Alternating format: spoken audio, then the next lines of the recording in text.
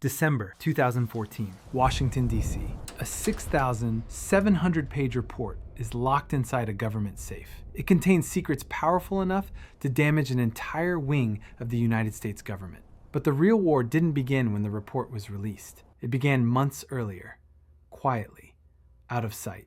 For 6 years, a small team of Senate investigators lived underground.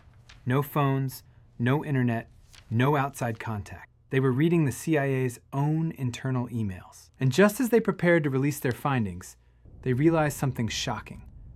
The CIA was reading theirs. This was not a conspiracy theory. It was confirmed by the CIA's own Inspector General. The hunters had become the hunted. This is Daniel J. Jones, a former FBI investigator.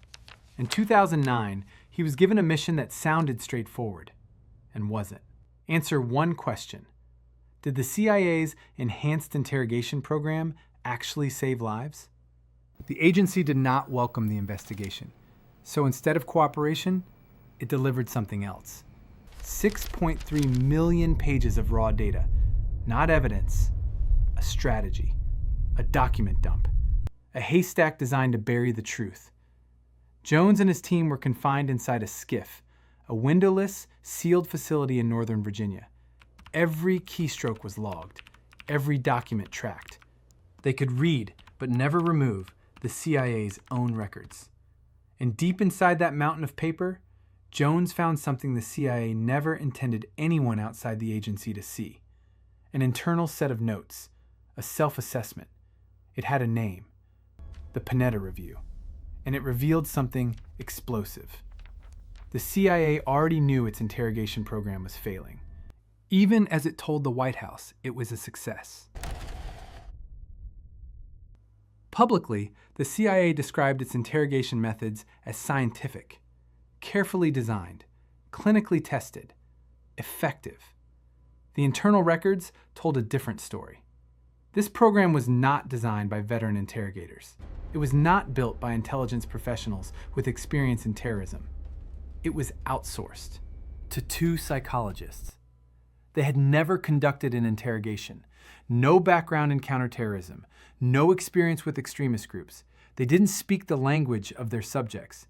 Their expertise came from one place, a military training program designed to prepare American soldiers to resist torture, not to conduct interrogations. For this work, the CIA paid them $81 million. Inside the agency, concerns surfaced quickly. One internal email warned, "This is a train wreck waiting to happen, and I intend to get the hell off the train before it happens." But the train didn't stop. Instead, the program moved forward into secret prisons beyond oversight. In one of those prisons, a detainee named Gul Rahman was stripped, chained to a concrete floor, and left overnight. He froze to death. No one was fired. No one was disciplined. The officer in charge was later recommended for a $2,500 performance bonus for what the agency described as consistently superior work. This investigation took 6 years of digging through millions of pages of secrets. If you believe these stories should not stay buried, subscribe and help keep the truth alive. Then, something changed. Starting in 2010 and continuing through 2014, documents began disappearing. Files Daniel Jones had reviewed were gone. Search histories no longer matched his activity. At first, it looked like a technical error. Then the pattern became impossible to ignore. The CIA hadn't just provided records. They still controlled the servers, the logs, the access. And now, they were watching the investigation in real time. The agency being investigated was accessing and monitoring the Senate committee's computers. It wasn't just under oversight. It was watching the investigators themselves. The roles had reversed. The hunters had become the hunted. That realization triggered a constitutional crisis. On the Senate floor, Senator Dianne Feinstein delivered a rare public accusation. She called it a defining moment for American democracy. The CIA Director John Brennan denied it. Nothing could be further from the truth. That denial did not last. Months later, The CIA's own Inspector General confirmed the breach. Agency personnel had improperly accessed Senate Intelligence Committee computers. Brennan issued a formal apology.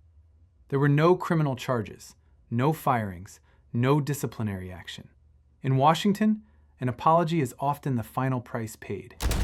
On December 9, 2014, the Senate finally released its findings. But it wasn't the full story. Out of more than 6,700 pages, only 525 were made public, less than 10%. The rest remained classified. The CIA didn't just submit records, it pushed aggressively for redactions. Names, locations, methods. Most critically, it moved to block the release of the Panetta Review, an internal CIA assessment that directly contradicted the agency's public claims. The same agency under investigation helped determine what the public was allowed to read and what it would never see. Today, the full report remains classified. If the agency being investigated has influence over the record itself, can the truth ever be fully known? Next time, the ghost in the machine. The night Senate staffers realized the CIA was accessing their computers, and the quiet, urgent effort to preserve the Panetta Review before it disappeared entirely.